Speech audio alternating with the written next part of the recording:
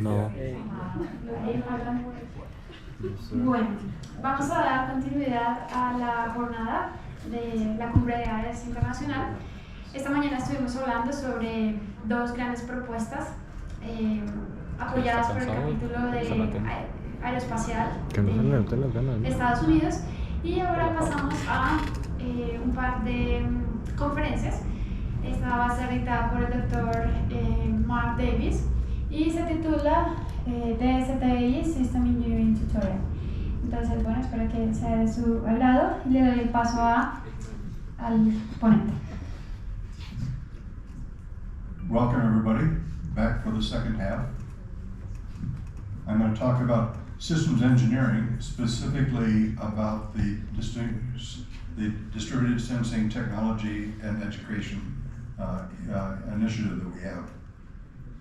So what I'm going to go through here is my experience on starting and running large projects where we have many people or many interfaces to go. So I'll talk about the project objectives.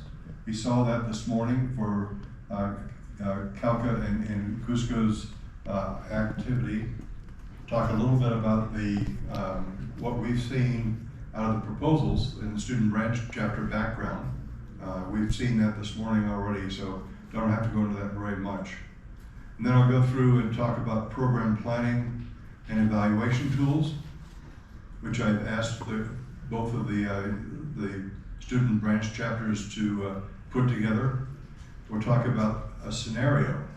And we were talking about this morning about where you might be flying these drones.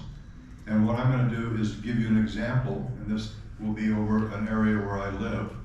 But you ought to be able to find a suitable area here in either Colombia or in Peru. And it's going to be very interesting because from what we saw this morning, there's a lot of mountains and a lot of problems in terms of trying to be able to communicate with drones.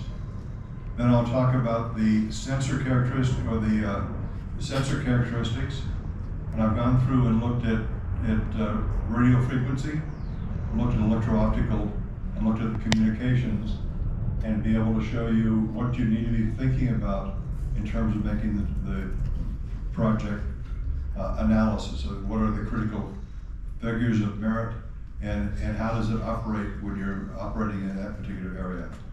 And then give you an outline of what we expect to have for the preliminary design review after the first 10 months of this project. So this is my cartoon, and what I'm really illustrating here is 2 quadcopters and 1 straight line aircraft, UAV. The idea here is that you have a data link between each of the 3 that's going to be applied. And what I was saying this morning, this is really the objective system that you would expect to have after the 3 years are up. But understanding what you're going to be trying to do. On the plane down here, I've shown areas that are fire or areas that are crops. And so how do you fly this platform around? And then you have a data link so that you've got your control van on the ground, and you want to be able to take data off of one or all of these vehicles and record it and process it, and then moving it over to the user. That might be your fire department, it may be your area for controlling the crops that you're talking about. So really walking through this whole area. So this is the objective system, and we're really talking about doing this for a transition to government or industry applications.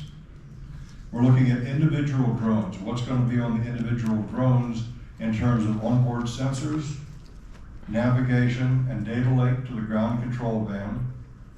And we're also worrying about cybersecurity. So if you're flying and you need to have direct path to these drones, and somebody is sitting off here and jamming it, what do you need to do to keep that from causing your platforms to crash or to cause problems to civilians on the ground.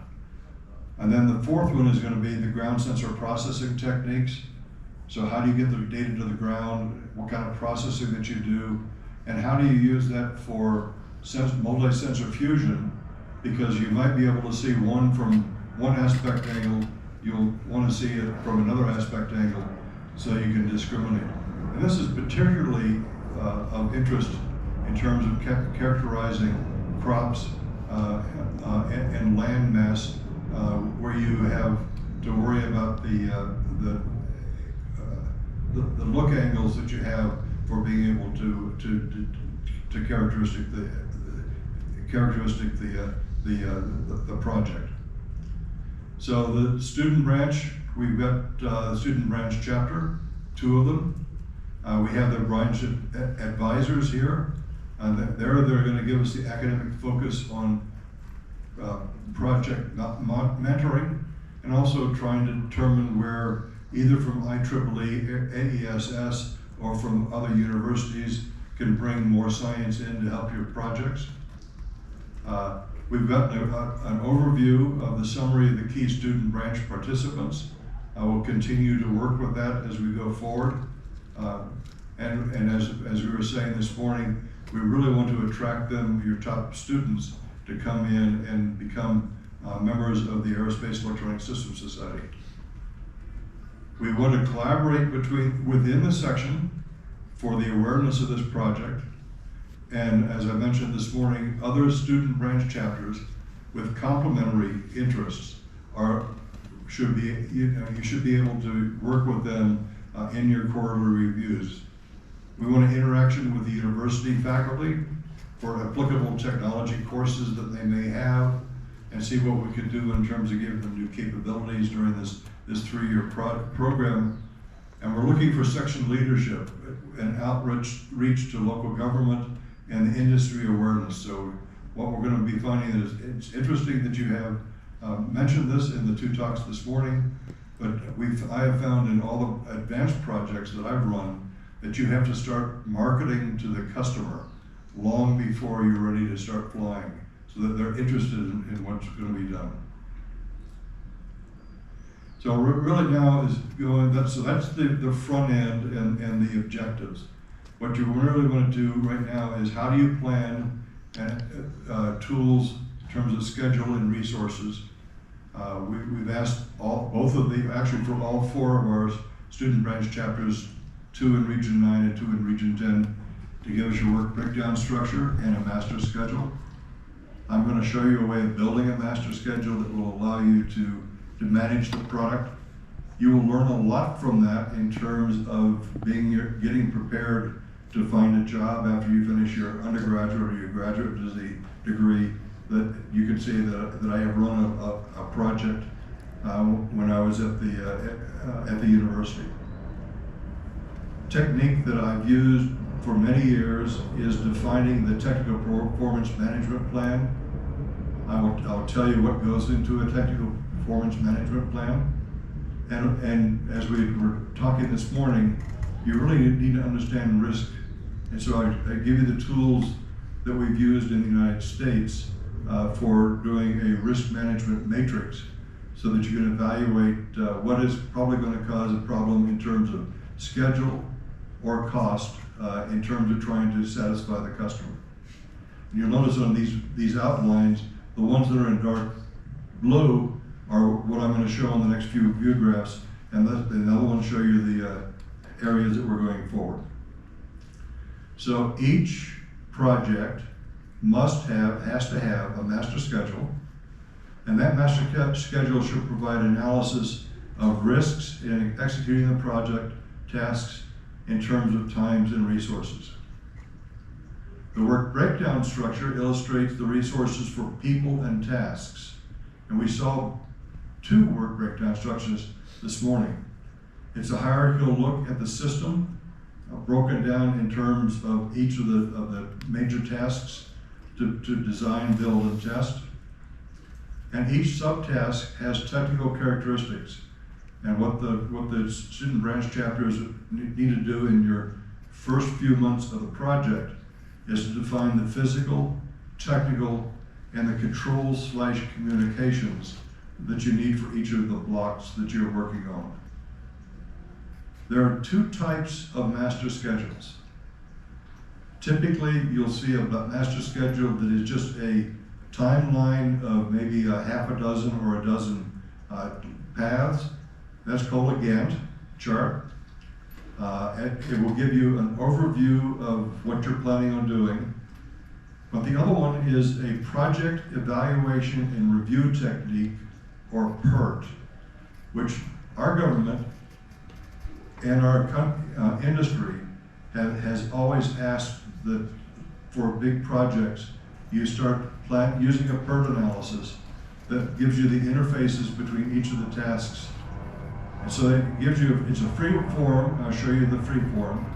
It would allow you to specify the time for each of the tasks, and you can do that in terms of days, weeks, or months. How many people you have on that that are responsible for the task, and what are the cost interdependencies between the various tasks. And I'll show you how we build that. So this is a next example of a work breakdown structure for our project. And it's very similar to the ones that we've seen this morning. We really want to define what your project is. You always have your management up here on the top because they're the ones that are really overviewing the people and the tasks that you're going along here. So that would be your section and the university and the student advisor.